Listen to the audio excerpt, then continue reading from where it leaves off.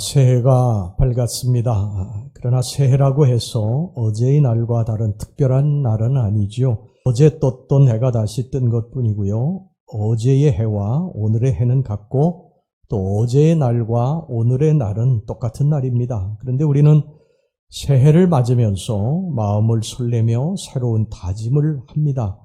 그것은 바로 우리들의 바람, 우리들의 소망 때문에 그렇습니다. 물리적인 시간, 객관적인 시간은 분명히 어제의 날과 똑같은 날이지만 소망을 가진 사람에게 있어서 오늘은 분명히 다른 시간입니다. 하나님은 창조의 첫날을 오늘 본문의 창세기 1장 5절에서 이렇게 묘사합니다. 하나님을 빛을 낮이라 부르시고 어둠을 밤이라 부르시니라. 저녁이 되고 아침이 되니 이는 첫째 날이니라. 저녁이 되고 아침이 되니 이는 첫째 날이니라.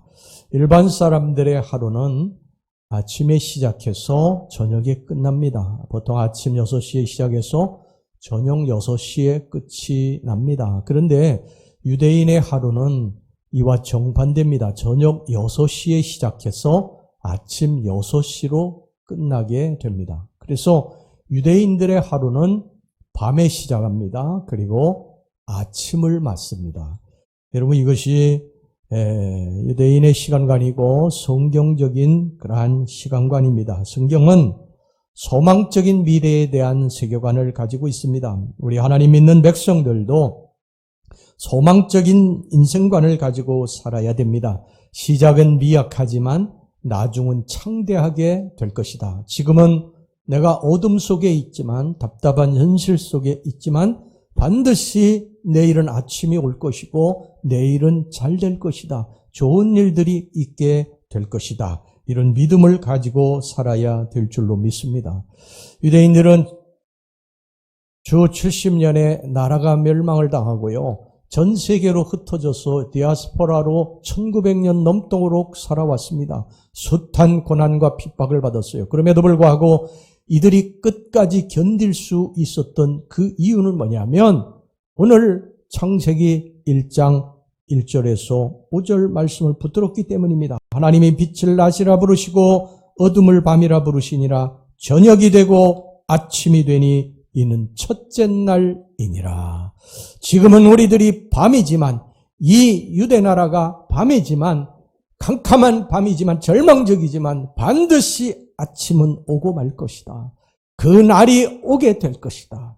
그들은 그것을 믿었고 그 믿음대로 그들은 나라를 세우고, 그리고 전 세계에 유대인들을 무시하는 나라가 없을 정도로 강국이 됐는 줄로 믿습니다.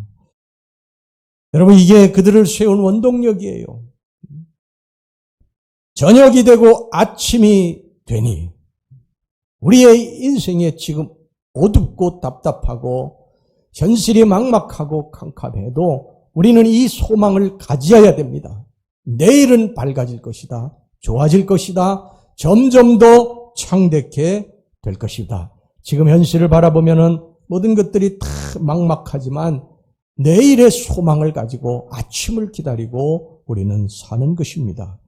여러분, 눈에 보이는 것이요 절망적이라 해도 이것이 다가 아닙니다. 눈에 보이지 않는 하나님의 손길이 움직이고 있다는 사실을 믿으시기를 바랍니다. 이 소망을 가지고 이 새해에도 우리가 출발을 하는 것입니다. 하나님이 이 새해에 잘되게 해주실 것이다. 지금 우리들의 현실은 너무 막막하지만 하나님이 잘되게 해주실 것이다. 이런 소망을 가지고 올 한 해 우리 첫 주에 출발합시다. 할렐루야.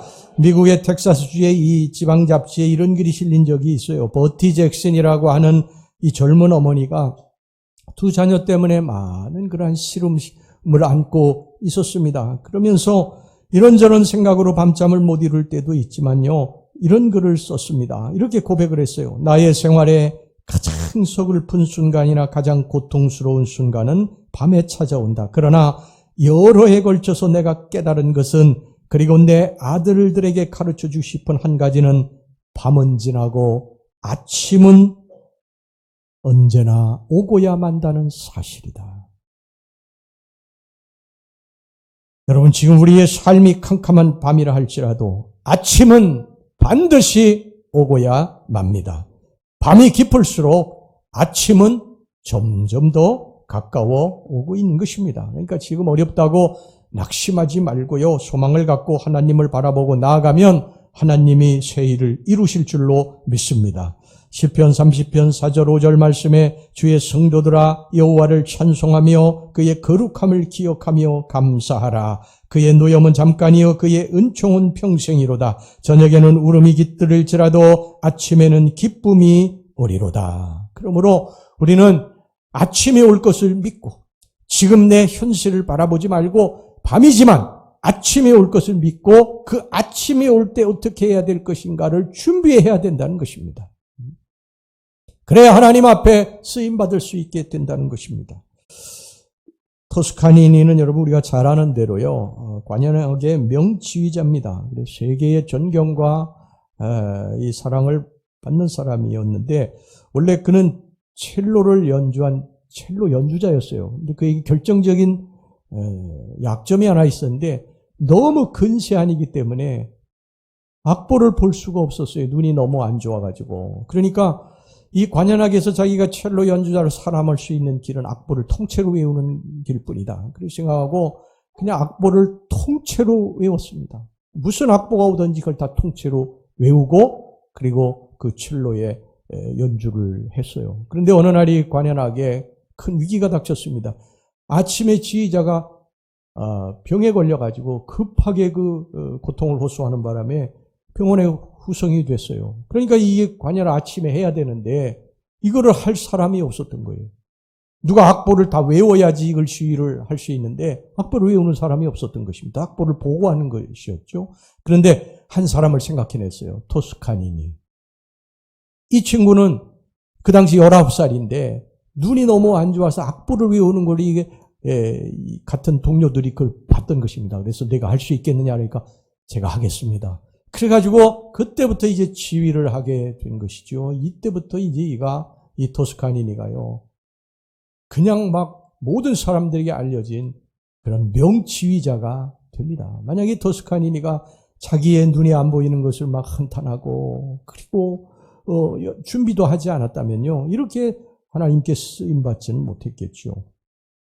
식물학자들의 말에 의하면요. 겨울이 지난 후에 이 3월에 강한 바람이 부는데 이 강한 바람이 불 때에 나무들이 막 흔들리는 것을 보면 애처롭게 보이는데 이게 바람이 불어야 된다는 것입니다.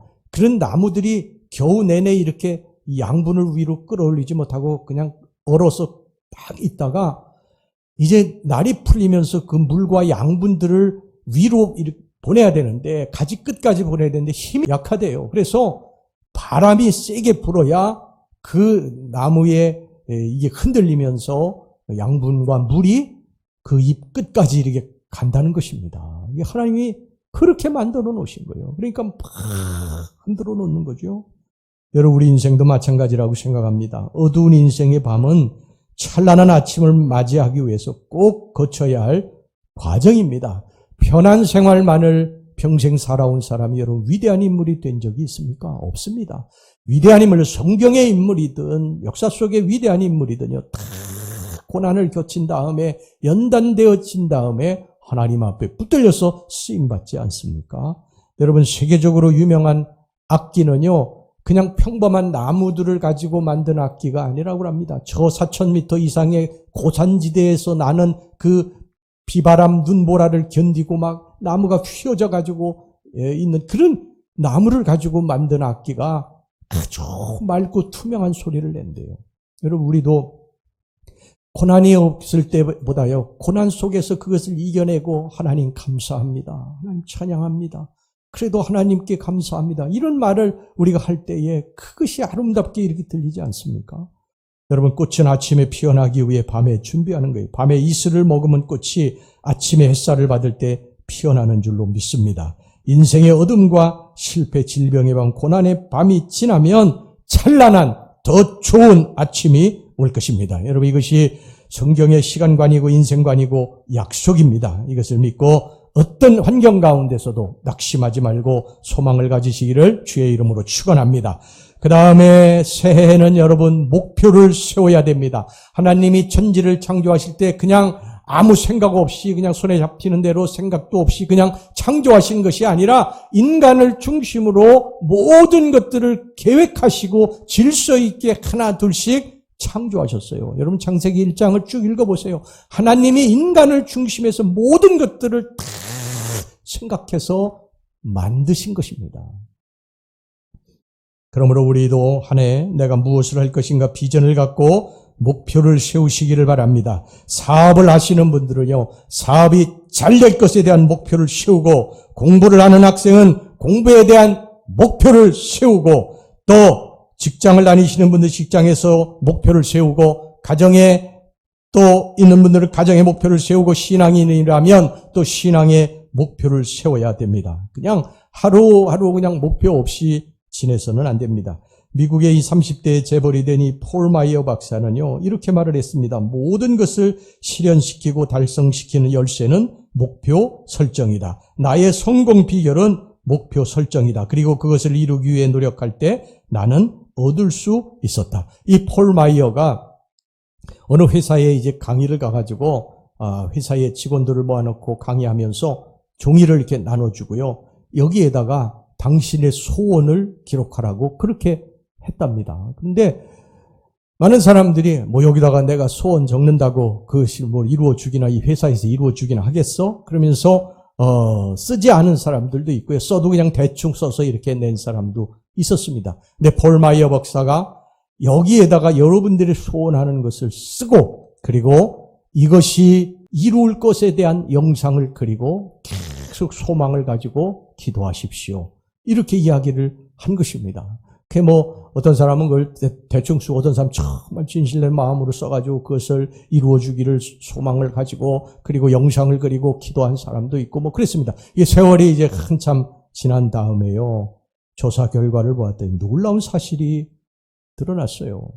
그것을 소망하면서 영상을 그리고 목표를 분명히 하고 기도하고 매달린 사람은 80%가 그 소원을 이루었다는 것입니다. 그런데 틱틱거리고 무슨 소원을 이루겠어. 그런 사람은 한 사람도 이루지 못했다는 것입니다. 그래서 아름다운 집을 소원한 사람은 좋은 집을 얻게 됐고, 하기를 원한 사람은 하기 얻었고, 좋은 배우자를 원한 사람은 좋은 짝을 만나게 됐고, 진급을 원하는 진급하게 됐고, 사업에 성공을 원하는 사람은 사업에 성공하게 됐다는 것입니다. 여러분, 우리가 무엇을 이루기를 원하면 그 이루기를 원하는 것에 대한 영상을 그리고 소망을 가지고 하나님 앞에 기도하시면 하나님이 이루어 주실 줄로 믿습니다. 여러분, 새해에도 좋은 목표를 세우시기를 주의 이름으로 축원합니다. 하나님이 이루어 주실 것입니다. 시편 81편 10절 후반절에 내 입을 크게 열라 내가 채우리라, 이렇게 말씀하셨어요. 입을 열지 않는데 채울 수는 없는 거 아니겠습니까? 그냥 제비가 먹이를 물어가지고 이렇게 새끼들 가지고 새끼들이 입을 척척척 벌리지 않습니까? 이렇게 벌린 새끼에게 넣어주는 거죠. 입을 안 벌리는데 넣어줄 수가 없는 거예요. 하나님도 우리들에게 채우시고 싶으시지만 채우실 수가 없는 그 입을 다물고 있으면요. 입을 연다는 게 뭡니까? 목표를 세우고 꿈을 가지고 비전을 가지고 하나님을 바라보며 기도하고 애쓴다는 것이죠. 새해 여러분 자녀들의 꿈을 크게 그리고 기도하시기를 바랍니다. 자녀들이 잘 되는 직장에 들어가고 또 진급하고 사업이 열려지는 그러한 영상을 그리고 기도하시기를 주의 이름으로 축원합니다. 자녀가 대학에 합격하는 영상, 원하는 대학에 합격하는 영상을 그리고 하나님이 그 꿈을 이루어 주실 것을 소망하고 기도하시기를 바랍니다. 자녀들이 방탕을 끝내고 주님 품 안에 안기는 꿈을 꾸고 기도하세요. 여러분들의 남편이 지금 예수 안 믿고 세상에서 방황할 때 여러분들의 남편들이 교회에 와서 하나님 전에서 말씀 듣는 영상을 그리고 기도하시기를 바랍니다. 옛날에 어떤 간증 들어보니까요, 여자 권사님이 남편이 교회에 하도 안 나오니까 신발을 붙잡고서는 새벽에 나왔대. 새벽 기도하러. 이 신발의 주인공도 교회에 나올 줄로 믿습니다. 그리고서 나왔다는 거예요. 나중에 그 영상을 그리고 계속 기도했더니, 여러분, 하나님의 성전에 남편이 나오는 그런 영상을 그리고 계속해서 꿈을 가지고 새해 기도하시기를 바랍니다. 여러분들의 남편이 세상에서 존귀함을 얻기를 위해서 영상을 그리고 기도하시기를 바랍니다. 여러분들의 가족이 모두 다 건강을 얻고 하나님의 축복을 얻는 영상을 그리고 기도하시기를 바랍니다. 하나님이 반드시 이루어 줄 줄로 믿습니다. 이스라엘 백성들의 목표는 가나안 땅이에요. 가나안 땅. 가나안 땅에 들어가는 것입니다. 그런데 가나안 땅에 들어가기 전에 광야라고 하는 곳을 거치는데 이 광야가 얼마나 힘들고 어려운 곳이었어요. 그러니까 이스라엘 백성들이 목표를 잃어버렸어요. 꿈을 잃어버렸어요. 비전을 잃어버렸어요. 그리고 현실만 바라보고 원망하고 불평하다가 어떻게 됐습니까? 꿈을 이루지 못하지 않았습니까? 가나안 땅에 한 명도 못 들어가지 않았어요. 여호수아와 갈렙 그 꿈을 계속 간직하고 있었던, 현실을 바라보지 않고 하나님을 바라보고 꿈을 꾸고 영상을 그렸던 여호수아와 갈렙만 들어가게 됐는 줄로 믿습니다. 여러분, 할 수 있다고 하는 사람만 할 수 있는 거예요. 할 수 없다고 부정적인 생각을 품은 사람은 할 수 없습니다. 안 됩니다. 여러분, 성경에는 비전을 품은 사람들이 많이 나오거든요. 대표적으로 갈렙을 들 수가 있죠. 갈렙은 85세가 됐어요. 85세에 여호수아에게 찾아가가지고요, 내게 헤브론 산지를 달라고 합니다. 헤브론 산지 85세. 이제 손자, 이게 재롱이나 보면서 남은 여생을 보내야 될 그 나이에 헤브론 산지를 달라는 거예요. 헤브론 산지가 어떤 산이냐면요, 헤브론 산지는 험하기가 이를 데가 없고, 더군다나 거기에는 가나안 족속들이 이 군사적인 힘을 가지고 딱 버티고 있는 곳이에요. 85세 갈렙이 그 산을 정복하는 거의 불가능했어요. 그런데 갈렙은 그 땅을 달라는 것입니다. 이 땅을 내가 정복해서 개간해서 내 후손들에게 물려줄 거라는 거예요. 아무도 그 땅을 원하지 않았는데 갈렙이 그 땅을 원합니다. 어떻게 됐습니까? 나중에 갈렙이 그 땅을 정복하지 않아요. 그리고 그 땅을 개간해가지고 그의 후손들에게 나누어 준 것입니다. 할렐루야. 이게 하나님이 하시는 일인 줄로 믿습니다. 나는 나이가 들었는데 이제 뭘 하려나 이런 생각을 하고 계신 분 안 계십니까? 아닙니다. 시작입니다. 새로운 꿈과 비전을 품으시기를 바랍니다. 내가 하나님의 영광을 위해 마지막 인생의 황혼을 어떻게 활활 피우다 하나님 앞에 갈 것인가에 대한 아름다운 비전을 품고 전진하시기를 주의 이름으로 축원합니다. 내가 지금 처한 환경이 이렇게 어려운데 무슨 비전을 품느냐고 생각하는 분이 계실지도 모르겠어요. 더 나아지면 품어야지 이런 생각을 하시는 분이 계시는데 성경은 그렇게 말씀하지 않습니다. 성경은 어떻게 말씀하시는지 여러분 아십니까? 창세기 13장에 보면요, 아브라함과 조카 롯이 서로 이제 갈라지게 됩니다. 짐승들이 너무 많아져, 양들이 너무 많아져가지고 한 곳에서 도저히 그 양들을 먹일 수 있는 풀이 없었어요. 그래서 이제 갈라서게 됩니다. 아브라함이 롯에게 이렇게 이야기하죠. 네가 우하라. 그럼 난 좌할 것이고, 네가 좌하면 난 우할 것이다. 네가 먼저 선택을 하라고 그렇게 이야기를 해요. 그러니까 이 롯이 이렇게 산 꼭대기에서 보니까요, 요단들이 푸르릅니다. 여러분 지금도 가보면은요, 산에 올라가서 보면 요단들만 푸르러요. 나머지는 전부 그냥 완전 다 박토입니다. 그러니까 이 롯이요, 나 이 요단들 이쪽으로 가겠다고 선택을 합니다. 이 사실 롯이요, 아브라함 때문에 부자가 된 거 아닙니까? 더군다나 족하고요. 그렇다고 한다면, 숙부님이 먼저 선택하시죠. 이렇게 해야 되는데, 그냥 아브라함이 그러자 그냥 기다렸다는 듯이 요단들을 탁 선택하고, 그러니까 그냥 그 노른자를 탁 가져간 거예요. 망연히 서 있는 이 아브라함에게요, 하나님께서 나타나셔서 이렇게 말씀하십니다. 그 아브라함에게 나타나셨어요. 여러분 창세기 13장 14절 15절 말씀 보세요. 롯이 아브라함을 떠난 후에 여호와께서 아브라함에게 이르시되 너는 눈을 들어 너 있는 곳에서 북쪽과 남쪽 그리고 동쪽과 서쪽을 바라보라. 보이는 땅을 내가 너와 네 자손에게 주리니 영원히 이루리라. 조카 롯이 기름진 땅은 다 차지하고 아브라함에게는 좋지 않은 땅만 남았는데, 하나님은 이 본문의 말씀, 이 말씀을 통해서, 제가 읽어드린 이 말씀을 통해서 아브라함에게 두 가지 말씀을 해주셨어요. 첫째로는 하나님을 바라보라는 것입니다. 하나님을 바라보라. 내가 지금 눈앞에 보이는 것은 네 조카 롯이 요단들을 가져가서 박토만 남았지만 내가 이룰 것이라는 거예요. 하나님이 나를 바라보라고 그렇게 아브라함에게 말씀하셨어요. 그 다음에 두 번째 중요한 말씀인데요. 너 있는 곳에서. 여기 보세요. 14절에 너는 눈을 들어 너 있는 곳에서 북쪽과 남쪽, 동쪽과 서쪽을 바라보라. 너 있는 곳에서. 그러니까 여러분, 하나님은 아브라함에게 바로 내가 서 있는 그곳에서, 그 환경에서 동서남북을 바라보라. 즉 비전을 품으라는 거예요. 목표를 세우라는 거예요. 내가 좀 잘 되면, 내가 나이가 좀 젊으면, 건강해지면, 이게 아니라 지금 너 있는 곳에서 거기가 힘들고 어렵고 비천하고 정말 막막한 그런 현실이라 할지라도 그곳에서 비전을 품으라. 꿈을 가지라. 목표를 세우라는 것입니다. 그러면 내가 이룰 것이라는 거예요. 아브라함이 여기에 순종하고 결국 모든 땅이 다 아브라함의 땅이 됩니다. 그리고 믿음의 조상이 되지 않습니까? 우리는 얼마나 자주 다른 사람의 자리에 서 있기를 원하는지 모릅니다. 우리는 남의 산에 올라가서 그들의 초원을 보고자 합니다. 나의 환경이 좀 누구와 같이 좋았더라면, 내가 누구와 같이 조금만 더 배웠더라면, 내가 누구와 같은 더 좋은 사람을 만났더라면, 내가 누구와 같이 좋은 부모 밑에서 태어났더라면, 내가 누구와 같이 좋은 직장 상사와 함께 일했더라면, 그러나 하나님은 너 있는 곳에서